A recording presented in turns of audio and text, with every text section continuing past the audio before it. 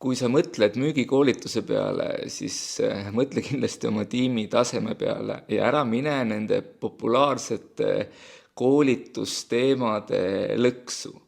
Argumenteerimiskoolitus.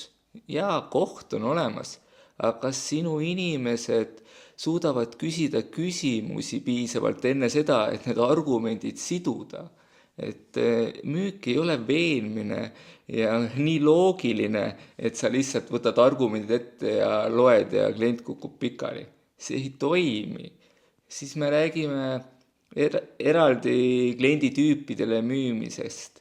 Loomulikult me saame märgata erinevaid asju, aga võtame näiteks külmamüügi. Enamus inimesi on kaitses ja mingi tüübi määramine seal ei aita meid mitte midagi. Meil on vaja tekitada huvi. Me ei suuda isegi välja mõelda huvitavat nurka kliendi jaoks. Nüüd me hakkame tüüpe määrama. Ehk et paneme prioriteedid paika, kas see kõlab hästi või see aitab meid edasi.